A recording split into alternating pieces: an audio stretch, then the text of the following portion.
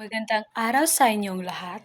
Ako si Canlanday A. Gomez at sa video na ito ay tatalakayin natin ang mga pundasyon ng ating komunikasyon, ang wika, ang sining ng pagbasa at pagsulat at ang mga batayan sa pananaliksik.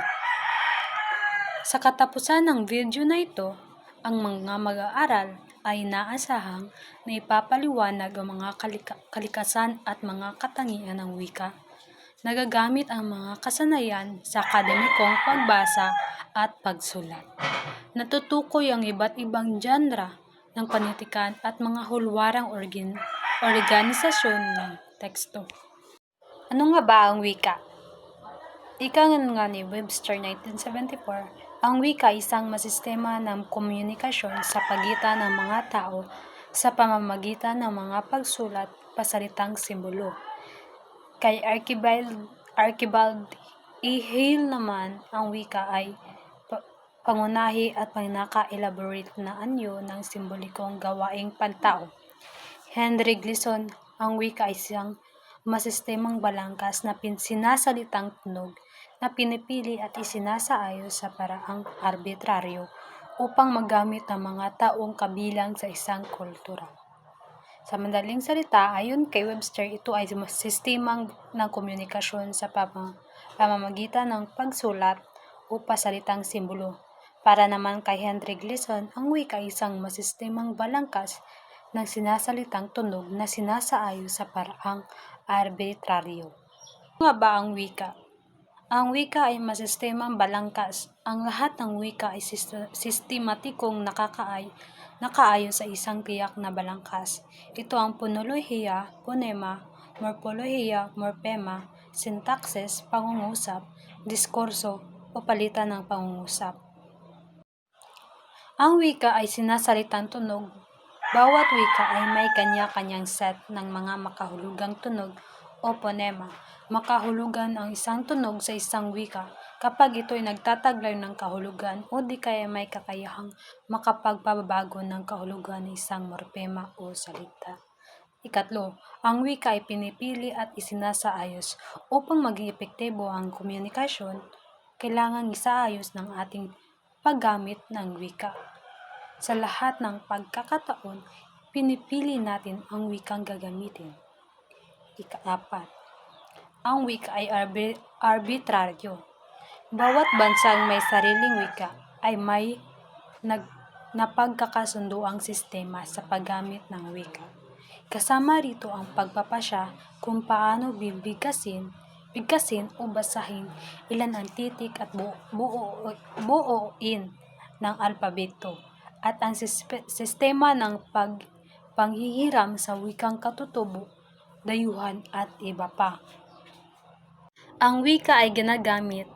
Ang wika ay kasangkapan sa komunikasyon, katulad ng kasangkapang hindi ginagamit ay hindi nawawala na ng saysay.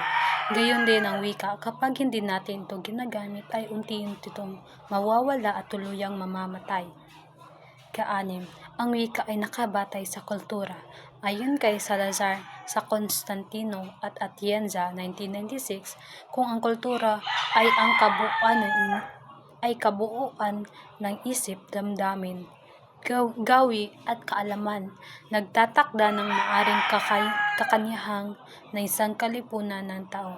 Ang wika ay hindi lamang daluyan kundi higit pa rito tagapagpapahayag at impukan kuhanan ng alinmang kultura.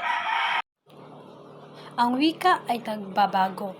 Ang wika ay dinamiko dahil patuloy itong nagbabago at umaangkop sa lipunan. Ito ay sumasalamin sa mga pagbabagong pangkultura at panlipunan. Nagaganap ang pagbabago sa pamamagitan pagdagdag ng bagong salita, pagbabago sa kahulugan at pag-unlad ng struktura, pangungusap. Kahalagahan ng wika. Number 1. Una, instrumento ng komunikasyon. Ang wikang pasalita o pasulat ay tao sa pangunahing kasangkapan ng pagpapahayag ng damdamin at kaisipan. Ang wika ay pangunahin nating kasangkapan upang maganap ang ating tungkulin panlipunan. Kalawa, nag-iingat at nagpapalaganap ng kaalaman. kaalaman ay naisasalin at napakikinabangan ng iba dahil ng ibang lahi dahil sa wika. Ang mga nobela ni Rizal ay patuloy na nagpapakinabang ng dahil sa wika.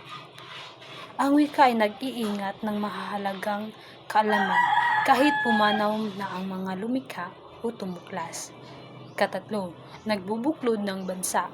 Ang wika ay hindi lamang isang paraan ng komunikasyon kundi isang daan din mapahayag ang kultura ng isang bansa. Sa pamamagitan ng paggamit ng isang tiyak na wika, nagkakaroon ng pagkakaintindihan at pagkakaisa ang mga mamayan ng isang bansa. Ang wika ay bahagi ng pagkakakilanlan ng isang bansa. Lumilinang ng malikhaing pag-iisip ang wika. Ang wika ay nagbibigay daan sa mga tao upang ipahayag ang kanilang mga kaisipan at damdamin sa pamamagitan ng mga salita. Mga kahalagahan ng pagbasa. Nagdadagdag ng kaalaman sa pagbabasa, nakakakuha tayo ng bagong kaalaman, dagdag pa, nakakatuklas tayo ng impormasyon na hindi pa natin alam. Napapayaman ang kaalaman at napapalawak ang talasalitaan, napapaunlad din ng pagbabasa ang ating likas na kaalaman. Nakakatulong ito upang mapalago ang ating bokabularyo. Bunga nito, mas gagaling pa tayo sa iba pang kasanayan tulad ng pagsasalita at pagsulat. Ikatatlo, nakararating sa mga puok na hindi pa narating. Naniniwala ka ba sa pamamagitan ng pagbasa ay maaari kang makapaglakbay sa mga lugar na hindi mo pa napuntahan? Sa tulong ng pagbabasa, napapagana nito ang ating malawak na imahinasyon at tila ba nailalagay natin ang ating sarili sa lugar kung saan nais natin tayong dalhin ng ating akda. Dito naman tayo sa pagbasa at pagsulat tungo sa pananaliksik. Ikaapat, nahuhubog ang kaisipan at paninindigan sa tulong ng pagbasa. Nalalaman natin ang tama at mali. Natuto tayong maging mapanuri at nalaman natin ang mga dapat ipaglaban. Ikalima, nakakakuha ng mga mahahalagang impormasyon katulad din ng pagkuha natin ng kaalaman. Tayo ay nakakakuha ng mahalagang impormasyon sa pagbabasa. Ang halimbawa ng mga impormasyon ito ay impormasyong tungkol sa nangyayari sa paligid at mga impormasyon tungkol sa akademiko. Nakakatulong sa mabibigat na suliranin at damdamin. Hindi lang impormasyon ang pwede natin makuha sa gawaang ito, maaari ding maghatid sa atin ng aliw sa tuwing tayo ay nalulungkot at may mabigat na nararamdaman. May mga babasahin na di natin nagbibigay ng hakbang upang makatulong sa pagresolba ng mga problema. Kapito, nagbibigay ng inspirasyon at nakikita ang iba't ibang antas ng buhay at anyo ng daigdig. Mga kasanayang pagbasang akademiko. Una, pag-uri ng pangunahing ideya at detalye. Upang maunawaan ng lubos ang binabasang teksto, nararapat na matukoy ng mambabasa ang pangunahing ideya at mga pantulong ng mga detalye sa teksto. Kalawa, pagtukoy sa layunin ng teksto sa pagbasa. Mahalaga na maintindihan ng mambabasa kung ang layunin ng manunulat sa teksto ay ibinahagi niya sa kanyang mambabasa. Kapag nabatid rin ng mambabasa ang layunin ng tekstong binasa, masasabing nagkakaroon siya ng kasanayan sa pag-unawa. Iba't iba ang layunin ng teksto, may nagbibigay ng kasiyahan, naglalahad ng impormasyon, maghimok upang paniwalaan ang nakasaad sa teksto at magkaroon din naglalarawan ng mga sitwasyon o kaya'y nagbabahagi ng isang karanasan. Pagtiyak sa damdamin, tuno at pananaw ng teksto. Sa pagbasa, mahalagang malaman ng mambabasa ang damdamin manunulat. May kunting pagkakaiba ang damdamin at tuno. Ang damdamin ay tumutukoy sa emosyon, nararamdaman ng tao habang siya ay sumusulat, kaya ang naunang nabanggit ang tumutukoy sa damdamin. Samantalang ang tono naman ay ang paraan, ang pagpili ng mga salita, gagamitin sa pagbuo ng kanyang pangungusap at sa tulong na rin ng mga bantas na ginagamit ng manunulat. Ikaapat, pagkilala sa pagkakaiba sa opinyon at katotohanan. Ang pagbukod at pagtukoy sa pagkakaiba ng opinyon at katotohanan ay isa ring kasanayang dapat taglayin ng mambabasa. Pagtukoy sa hulwaran ng organisasyon ng teksto.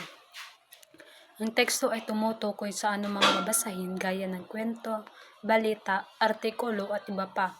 Nakapaloob dito ang konseptong ibinahagi ng manunulat, kalakip na ang wikang ginagamit at pati na rin ang paraan ng paglalahad o ang estilo ng manunulat sa pagpapaunlad ng teksto. May iba't iba ring uri ng teksto. May tekstong informatibo, narratibo, descriptive, expository, argumentatibo at procedural. Pagsusuri kung katanggap-tanggap o hindi ang ideya. Mahalaga sa pag-unawa ang kasanayan sa pagsusuri kung katanggap-tanggap o valid o hindi ang ideya.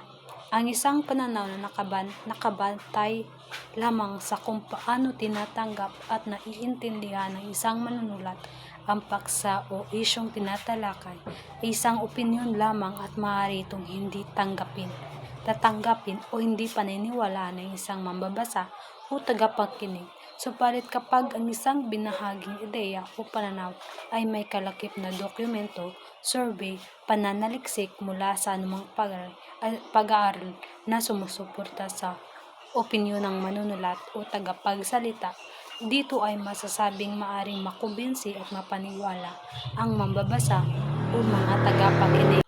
Paghihinuha at paghuhula sa kalalabasan ng pangyayari. Ang paghihinuha ay ang pagbuo sa isip ng sinumang tungkol sa anumang bagay na kabantay sa sariling kuro-kuro at palagay. Mula sa Diksionaryong Sentenyal ng Wikang Filipino, 2011, ito ay paglalahad ng isang hinala, palagay, akala at kuro-kuro. Ikawalo, pagbuo ng lagom at konklusyon. Sa puntong ito, ang pagbasa ay pinagsama-sama ng mapabasa ang mga kaisipan, pangyayari o diwa na binasang akda sa maiklit na malinaw na paraan. Ang konklusyon naman ay ang paglalahad ng wakas katapusan tulad ng nabasa sa mga kwento, nobela, alamat, pabula, epiko at maikling kwento dahil tinatalakay. Istruktura at huwara ng iba't ibang genre. So, ang genre ito ay tumutugon sa anumang uri ng babasahin ayon sa nakasulat na teksto. So, ang teksto ay nababatay sa pagkalimbag tulad ng aklat, magazine, journal at pahayag. So, iba't ibang genre ang nakasulat na teksto. Napapangkat sa dalawa ang mga uri o kategorya ng mga komposisyon pangliterary. Ang mga ito ay nilalarawan ng namumukod tanging estilo, anyo o nilalaman. Una, ang mga akdang pangliterary. Mga salaysay na nagpapabatid, anekdota, balita, pangulong tudling, o editorial, sanaysay, talambuhay, talumpati, suring basa. Kalawa, mga salaysay na masining, alamat, dula, maikling kwento, nobela, pabula, parabola at tula. Anekdota. Ang anekdota ay maikling salaysay na ang paksa ay maaaring hango sa tunay na karanasan ng tao o kaya di hango sa tunay na buhay. Anekdotang hango sa buhay na naglalayong maglalarawan ng isang bahagi ng pagkatao na karaniway kilalang tao. Balita. Balita, ito ay ang paglalahad ng mga pang-araw-araw na mahalagang pangyayari o impormasyong nagpapabago sa takbo ng buhay ng tao sa loob ng bansa o maging sa ibayong dagat. Sumasagot ito sa mga taong na ano, sino, saan, kailan, paano at bakit. Then, tatlong batayan sa isang balita. Pangyayari at pinangyayarihan, napapanahong impormasyon at mambabasa o tagapakinig. Pangulong tudling o editorial ay isang lathalain sa magasin o pahayagan na nagsasaad ng opinyon, kuro-kuro at damdamin na patnugot o editor. Inilalagay niya ang sarili sa katayuan ng mambabasa para maipahayag ang kuro-kuro ng madla. Ito ay isang artikulong nagbibigay pagkahulugan sa mga balita. Naglalayong itong mahikayat at magpaliwanag sa mga mambabasa at magparangal o magbigay puri o magtanggol o tumiligsa sa kinauukulan ukol sa mga paksa o isyong napapanahon. Sanaysay. Ang sanaysay ay isang akdang pampanitikan na naghahalad ng matalinong opinyon at palapalagay ng may akda. Makatwirang paghahanay ng mga kaisipan at damdamin batay sa karanasan. Anumang bagay maaring gawing paksa. Talambuhay. Ang talambuhay mula sa pinagsamang mga salitang tala at buhay na may diwang tala ng buhay. O biografiya ay isang anyo ng panitikan na nagsasaad ng kasaysayan ng buhay ng isang tao hango sa mga tunay na tala, pangyayari at impormasyon. Uri ng talambuhay na karaniwang at talambuhay na paglalahad. Ang talumpati ay isang sining ng pasalitang pagpapahayag na ang layunin ay magpaliwanag o mga tuwiran. Suring basa o book review. Suring basa. Ang suring basa ay ang pagsusuri ng isang akda. Ginagawa ito upang mas maunawaan natin ang mga mensaheng na isipahatid ng may akda. Ang mga bahagi ng suring basa ay panimula, pagsusuring pangnilalaman, pagsusuring pangkaisipan at buod. Alamat. Ang alamat, mga kwento tungkol sa pinagmula ng mga bagay-bagay sa daigdig. Dula. Ang dula ay isang akdang tinatanghal sa entablado na nahahati sa mga yugto ayon sa diksyonaryo. Ito ay pinaglalarawan ng buhay sa pamamagitan ng kilos at galaw. Maikling kwento. Ang maikling kwento ay isang maikling salaysay na may kaunting tauhan, isang pangunahing impresyong kakintalan at nobela. Isang mahabang salaysay na nahahati sa mga kabanata at sumasaklaw sa habang panahon. Pabula. Mga kwentong ang mga tauhan ay hayop na nagsasalita at kumikilos na parang tao na naglalayong magbigay ng aral. Parabola.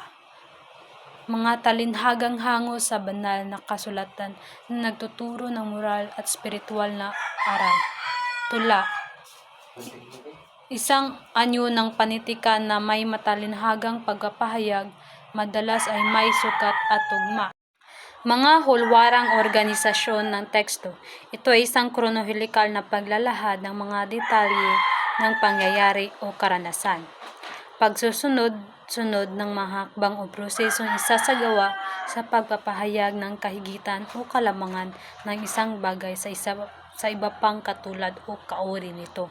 Ang pagkakaroon ng problema ay normal na pangyayari sa buhay ng bawat individual. Hulwarang organisasyon ng teksto. Definisyon. Ang una ay ang definisyon, isang paraang eksposisyon na tumatalakay o nagbibigay kahulugan sa isang salita. Kalawa, pag-iisa-isa, pagtatalakay sa pangunahing paksa at pagbabanggit ng mga kaugnay at mahalagang salita. Ikatatlo, pagsusunod-sunod ng masasabing ito ang pinakasimpleng paraan ng pagsasaayos ng teksto.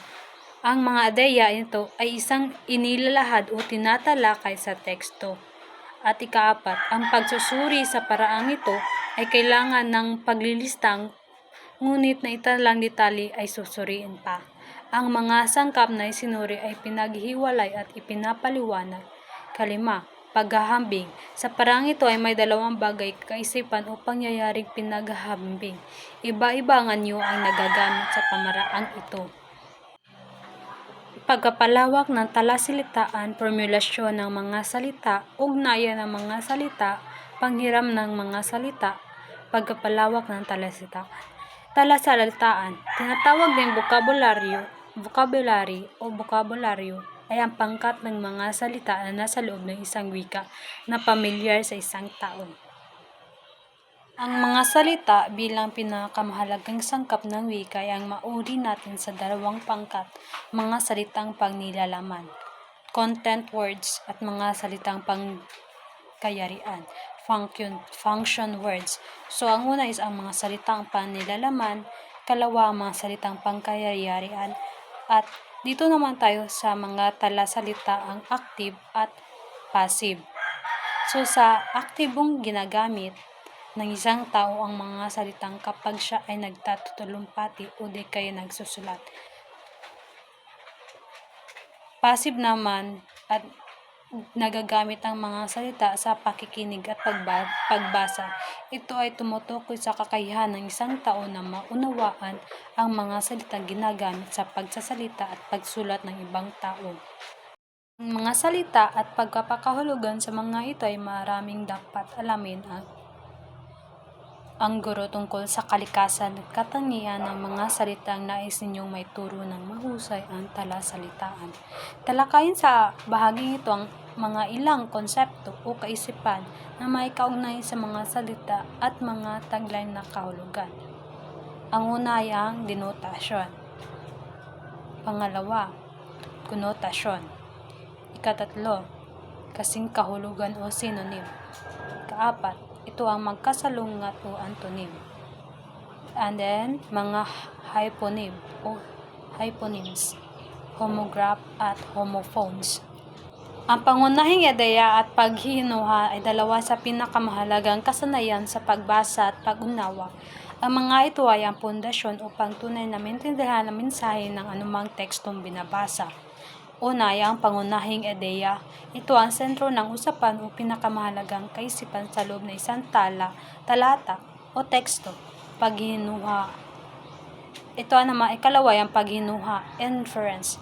Ang mga paghihinuha ay ang kakayahang magbasa sa pagitan ng mga linya.